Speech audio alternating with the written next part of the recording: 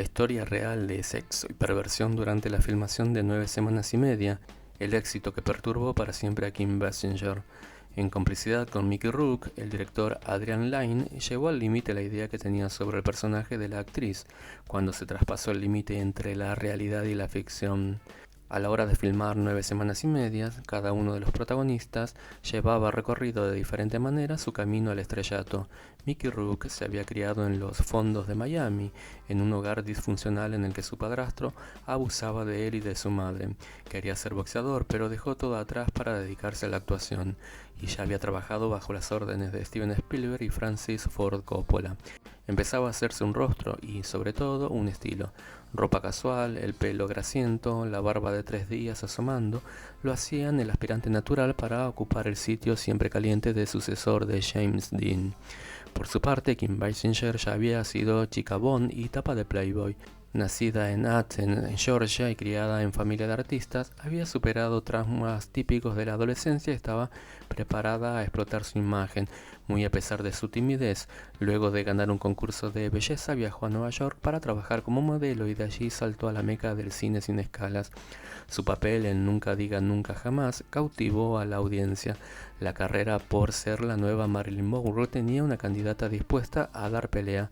También llevaba 6 años casada con el maquillador Ron Snyder Britton, 15 años mayor que ella. Cuando Kim Basinger se presentó al casting, algo le decía que no debía aceptar ese papel, que no estaba destinado para ella. La producción quería actrices con más recorrido en la pantalla y así desfilaron nombres como Kathleen Turner, Jacqueline Bisset e Isabella Rossellini. Durante el casting, Kim tuvo una muestra de cómo sería la mano. El director solo le daba órdenes a Mickey Rourke, mientras que a ella la ignoraba.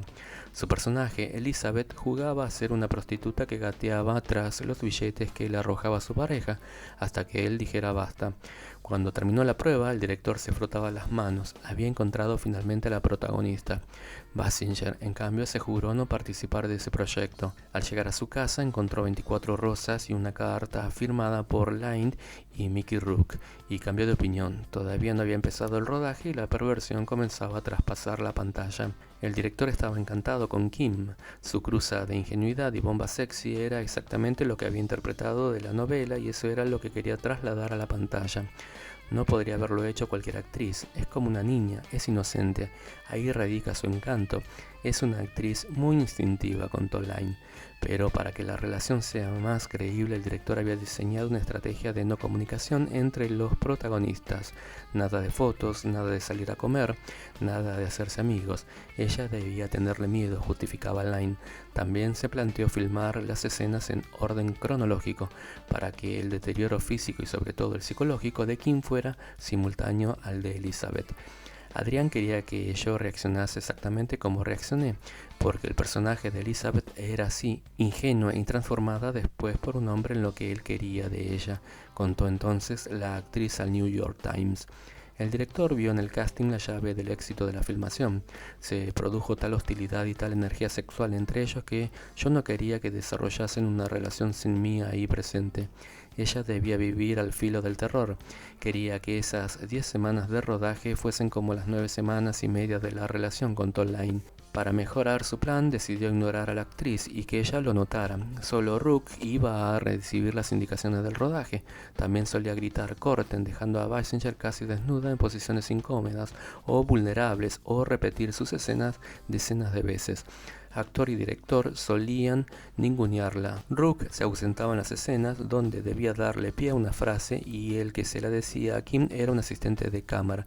También se presentaba sucio y oliendo a sudor, lo que provocaba las quejas de ella y las justificaciones de él, que aseguraba que lo hacía para huir de su imagen sexy.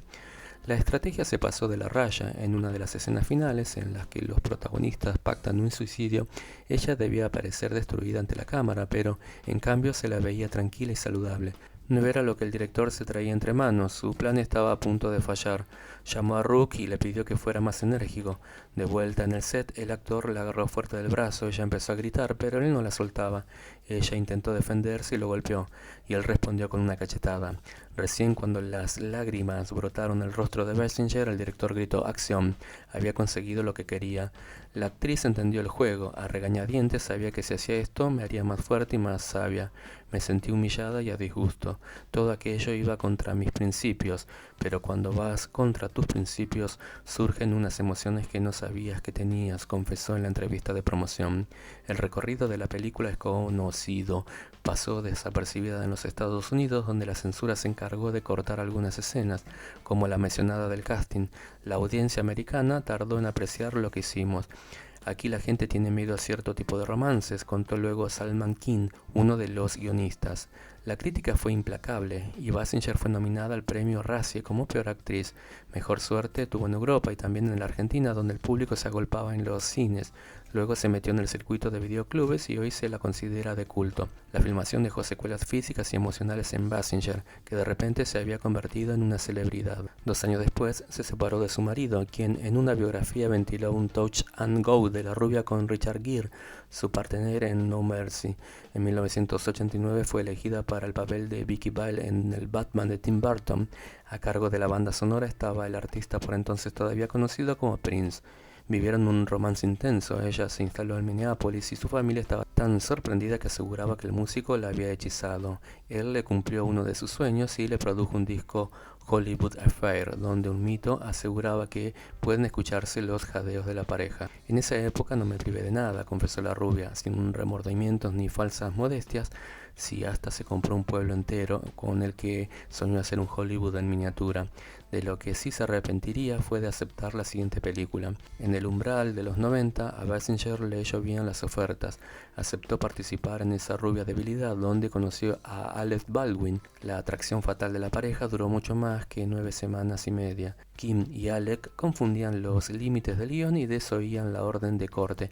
Repitieron la fórmula en La huida, el otro film en el que compartieron cartel y donde aseguraban que las escenas íntimas tenían un exceso de literalidad. Se casaron en 1993, en 1999 tuvieron a su única hija, Ireland. Se separaron en 1998, en 2002 iniciaron un divorcio escandaloso ante los ojos del mundo. Hicieron públicas sus diferencias y en el medio, sufriendo los golpes de un lado y del otro, la pequeña Ireland. Un divorcio es difícil para un niño sin importar cómo se produzca, pero el nuestro fue muy público y sucio, reconoció la actriz, quien se permitió bromear con aquella elección de comienzos de década. Deberían pegarme un tiro por haber tomado esta decisión. Rechacé durmiendo con el enemigo para rodar Esa rubia debilidad y acabé siendo yo la que dormía con su enemigo. Mickey Rourke y Kim Basinger tardaron 23 años en volver a mostrarse públicamente luego de todo lo que significó 9 semanas y media. En ese tiempo supieron de caídas y resurrecciones, éxitos y fracasos, amores y traiciones. Incluso una remake del célebre film, a lo que él dijo sí y ella dijo no. A cada uno le llegó el reconocimiento profesional. Ella ganó un Oscar por su papel de prostituta en Los Ángeles al desnudo y él lo acarició. Y según todos menos la academia lo mereció por el luchador. Dicen que entre las miles de felicitaciones que recibió Rourke había un remitente a nombre de Basinger. En 2009 coincidieron en el elenco de Los Informantes, aunque no compartieron escenas. Cuando llegó el día del estreno en Los Ángeles, todos los flashes estaban listos esperando el momento. Ella llegó radiante, de traje negro. Él vestía una chaqueta amarilla y su rostro había cambiado demasiado. Cruzaron algunas palabras al oído, un minuto que apareció eterno. Los fotógrafos exigían una mirada y ellos les dieron el gusto. ¿De qué hablaron Kim Basinger y Mickey Rourke 1200 semanas después de la película que los consagró? Solo lo saben ellos.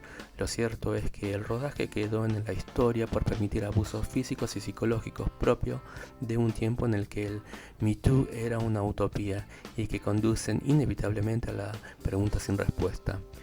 ¿Cómo hubieran reaccionado los Rourke y Basinger del 2025?